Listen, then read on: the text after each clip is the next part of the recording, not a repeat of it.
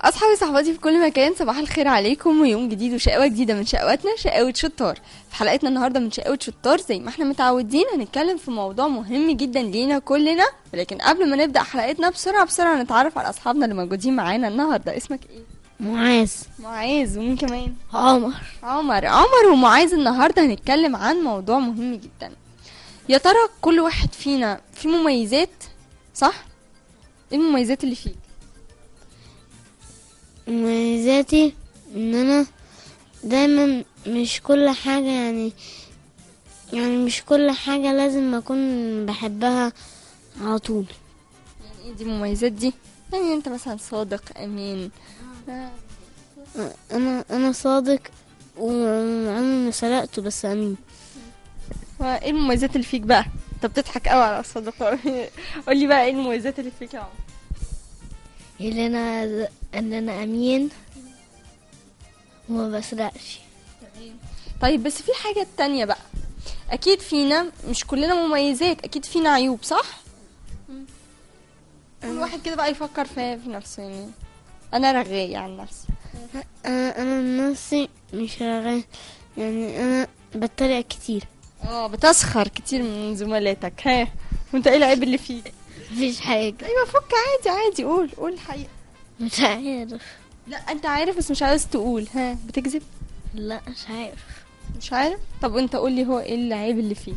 عامل اللي فيه ان هو دايما يضرب اللي هو اخته وبنت خالته، يقعد يضرب معاك هنا في المدرسه. اه.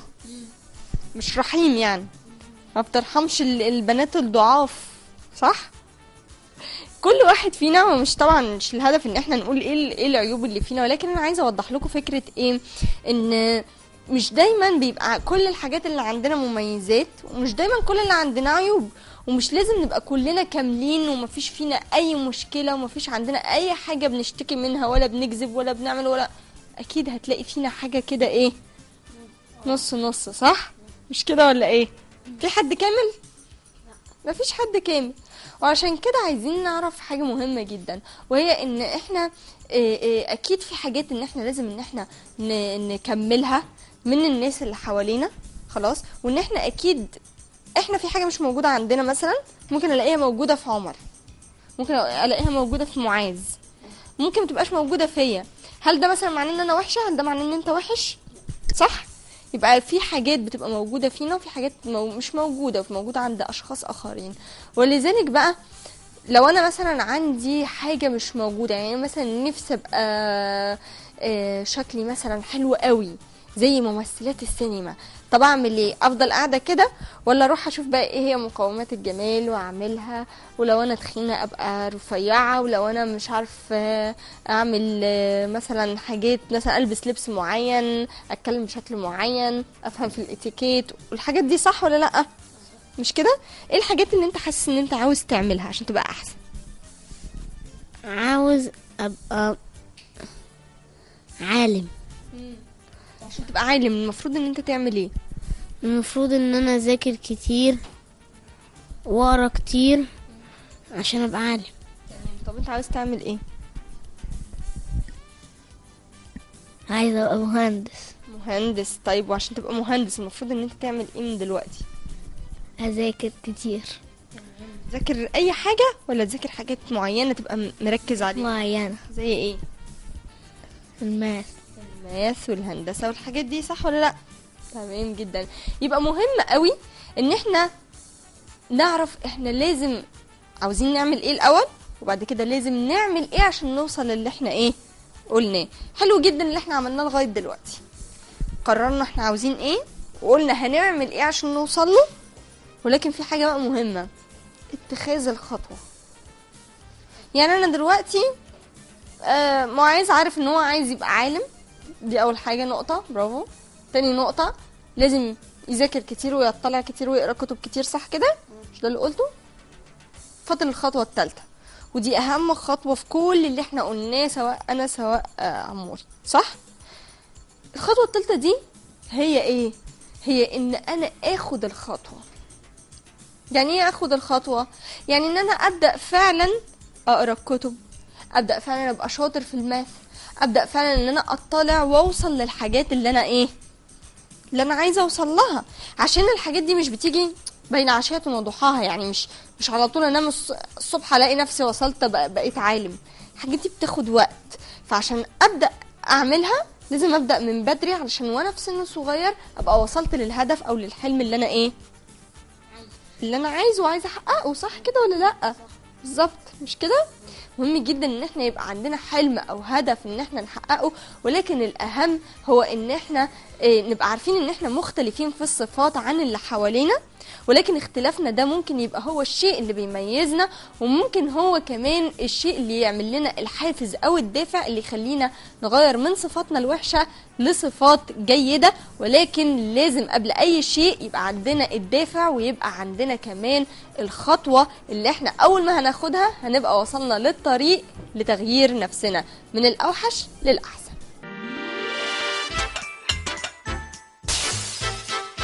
اصحابي، وصلنا معاكم دلوقتي لفقرة المطبخ، واللي دايما بنعمل فيها حاجات من صنع ايدينا ولكن بمساعدة حد كبير، لان طبعا زي ما احنا عارفين ما ينفعش حد يدخل المطبخ ولا يمسك الادوات بتاعته غير لما يكون معاه حد كبير، صح؟ طيب خلينا نعرف اسمك ايه؟ لانا. وانت اسمك ايه؟ اسماعيل. اوكي، اسماعيل دلوقتي كان بيلعب في القرفة اللي هي اول مكون من المكونات بتاعتنا، وكمان دي زبدة، هنبقى معانا زبدة وكمان جلاش وبلح. اللي هنعمله النهارده هو سبرينج رولز كده بالبلح مش بالحادق زي ما احنا دايما بندوقه. اوكي، خلينا نشوف دلوقتي هنعمل ايه. احنا اول حاجة احنا هنعملها ان احنا هنجيب ورق الجلاش وهندهنه بالزيت ده ونحطه جواه البلح ونلفه زي ما انتوا هتشوفونا بنعمل دلوقتي.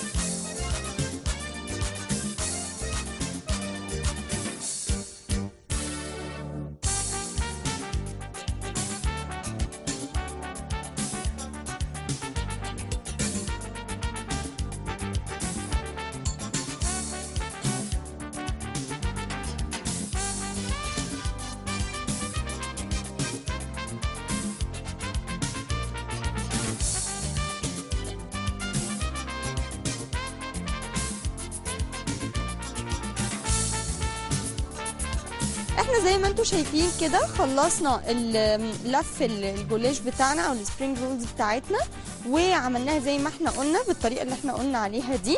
دلوقتي فاضل حاجه واحده بس، ان احنا نحطها في صينيه وندخلها الفرن. طبعا مامي هي اللي دخلها لنا الفرن عشان ما نلسعش نفسنا، وطبعا نكون غاسلين ايدينا قبل ما نمسك الحاجات دي كلها، صح ولا لا؟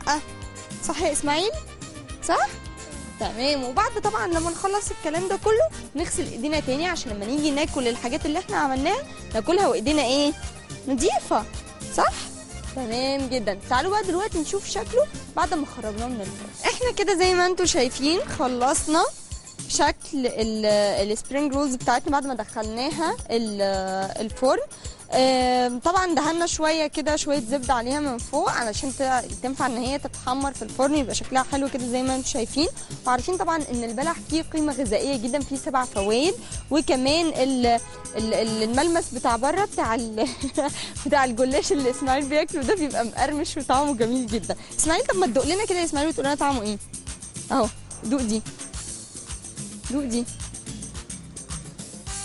شد. ايوه دي يا لانا.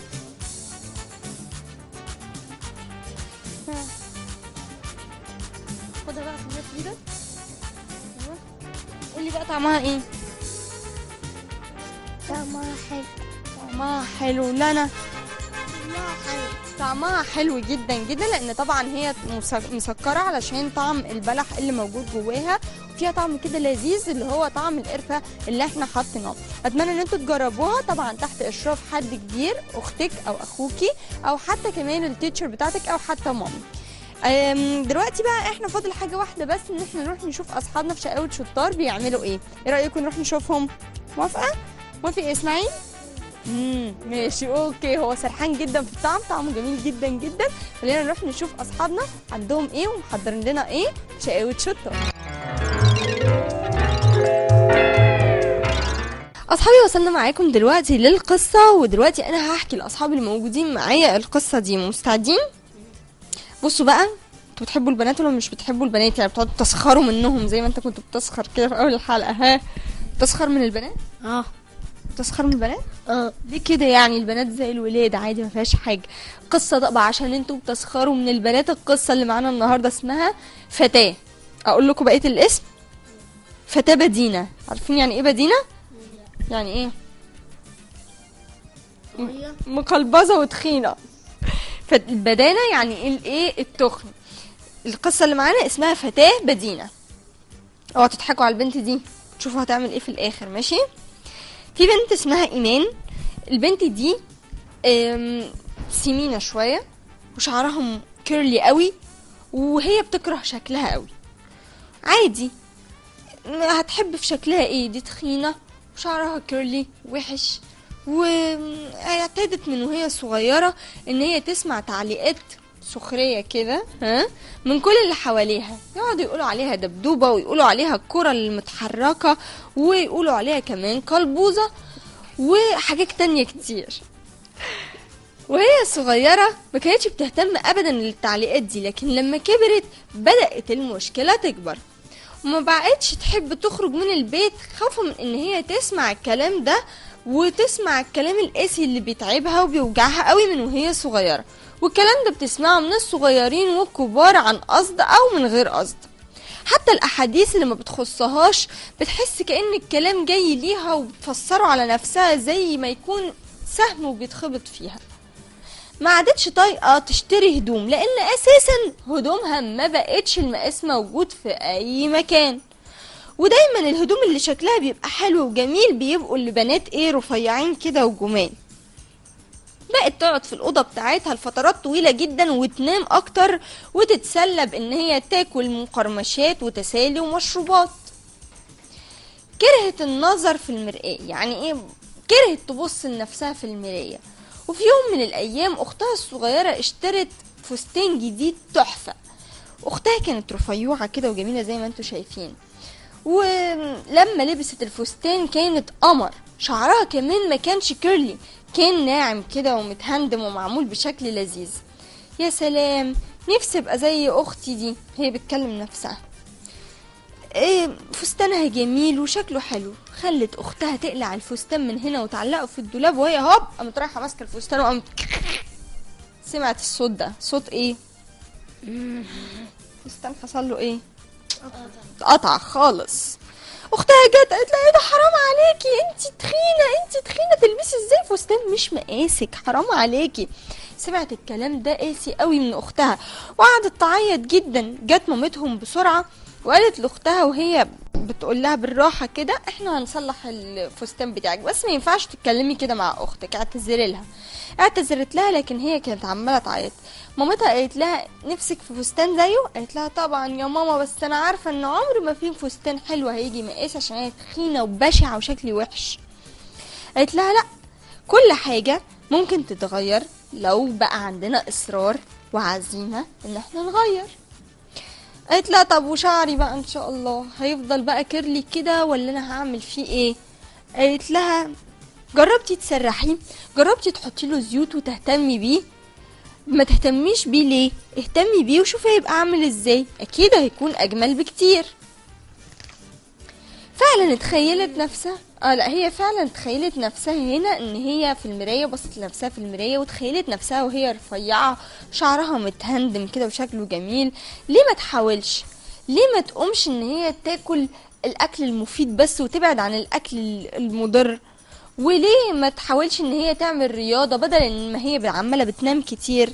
طلبت من مامتها كمان ان هي توديها للدكتوره اللي بتخسس واللي مختصه بالموضوع ده، وبقت تتبع نظام صحي مناسب لسنها، واهتمت كمان بشعرها، وبقت فرحانه جدا لان وزنها بدأ يقل 2 كيلو في 2 كيلو في 2 كيلو.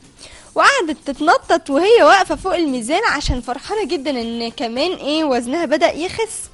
وهتواظب على التمرينات الرياضية لغاية لما تبقى رفيعة جدا، وفعلا بدأت يبان عليها الخسية، وبدأت الهدوم تيجي على ايه؟ على مقاسها، وتبدأ تدخل ست الحدوتة. استفدتوا ايه بقى من القصة دي؟ انا استفدت ان ما تقولش ان انا يعني شكلي وحش، لازم تقول ان انا ممكن يعني بكرة بعده يبقى شكلي حلو. اللي هي كانت رفيعة بعد كده لما بكرة عملت شعرها ناعم وخست، وكانت الأكل المفيد. ان احنا اهم حاجة ناكل الاكل المفيد والصحي خلاص، ونبعد عن النوم الكتير. طبعا النوم مهم جدا، احنا في سننا كده لازم ان احنا ننام على الاقل 8 ساعات او 6 ساعات، لما يكونوا قليلين ممكن نبقى ننام 6 ساعات، ده فترة النوم الصحي. ولكن النوم الكتير قوي ده كده يعمل خمول ويربي دهون وما يبقاش فيه حركة وما يبقاش فيه نشاط. لكن نلعب رياضة في الوقت الفاضي بتاعنا عشان جسمنا يفضل مشدود وممشوق، نقدر ناكل كل اللي نفسنا فيه كمان وبشكل صحي طبعا، وكمان نقدر نلبس كل حاجة بتعجبنا والاشكال اللي بتعجبنا، صح كده ولا لا؟ تمام. ومهم جدا زي ما انت كده قلت ان انا ما اقعدش اقول انا وحشه وحشه وحشه وحشه، زي ما هي البنت الفتاه البدينه اللي كانت معانا اللي هي ايمان اللي في القصه، فضلت تقول انا وحشه وحشه وحشه، ما اخدتش اي خطوه غير لما حصل لها موقف كبير قدرت منه ان هي تاخد خطوه ان هي تخسس، صح ولا لا؟ يبقى لازم ان احنا قبل ما يحصل لنا اي حاجة او اي مشكلة، لما نلاقي نفسنا في خطأ ما في شخصيتنا في شكلنا، ناخد الخطوة ونبدأ فورا في التنفيذ. ما نفضلش مأجلين مأجلين مأجلين ونستسلم لكلام اللي حوالينا مهما كان الكلام محبط، ومهما كان حتى الشكل. انا نفسي مثلا ممكن ابص نفسي اقول ايه، انا محبطه جدا، مش هقدر اخس، مش هقدر زي ما ايمان كده، مش هقدر اخس، مش هيقدر شعري يبقى ناعم ولا يبقى شكله حلو، وما تاخدش ابدا اي خطوه، صح؟ مهم جدا ان احنا نتخذ ايه الخطوه زي ما احنا ايه قلنا، مش كده؟ مهم قوي قوي يا اصحابي زي ما احنا كنا بنتكلم النهارده ان احنا ناخد خطوه ودايما نبدا في التغيير، لان طول ما احنا واقفين في مكاننا عمرنا ابدا ابدا ما هنتغير للاحسن. اصحابي وصلنا معاكم دلوقتي لفقرة الورشة، واللي دايما بنعمل فيها حاجات من صنع ايدينا، وكمان بنستخدم فيها حاجات موجودة عندنا في البيت بنستخدمها في ان احنا نعمل حاجة جديدة شكلها حلو وجميل نزين بيها الأوضة بتاعتنا، او حتى تبقى هدية لحد من اصحابنا اللي احنا بنحبهم. النهاردة معايا 2 من اصحابي، خلينا نتعرف عليهم وبعد كده على طول ابدأ اقول لكم هعمل ايه النهاردة. اسمك ايه؟ محمود. وانت اسمك ايه؟ يحيى ومحمود. النهارده هم موجودين معايا، وانا هعمل لكم شكل جميل جدا بالورق اللي موجود معانا ده. ايه دي؟ دي اسمها ايه؟ لا دي مش ورده، دي فراشه. دي فراشه. دي ايه؟ دي فراشه. دي ايه؟ الفراشه بتطير ولا بتمشي؟ بتطير. برافو عليك. الفراشه فيها الوان ايه؟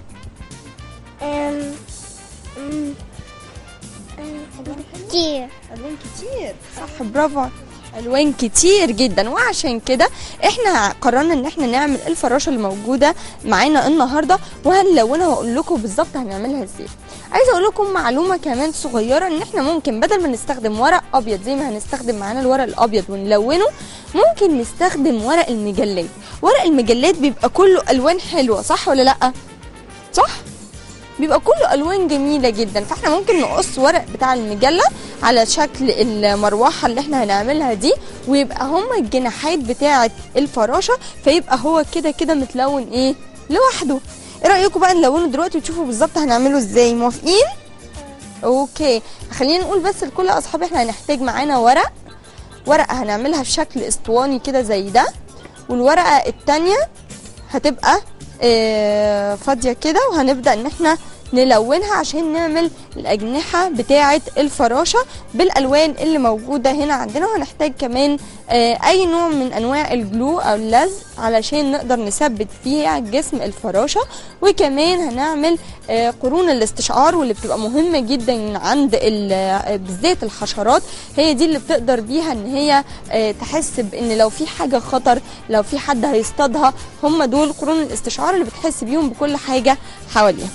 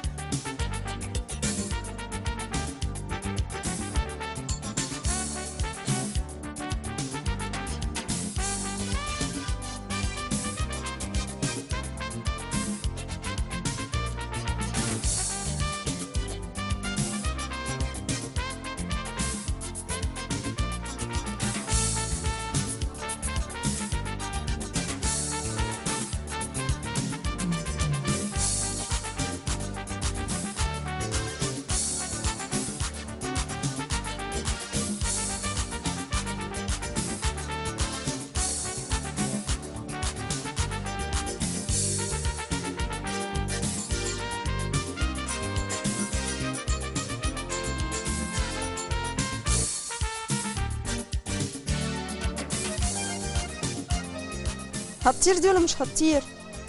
هتطير. هتطير؟ شايف انها هتطير؟ طيب هتطير ولا مش هتطير يا محمود؟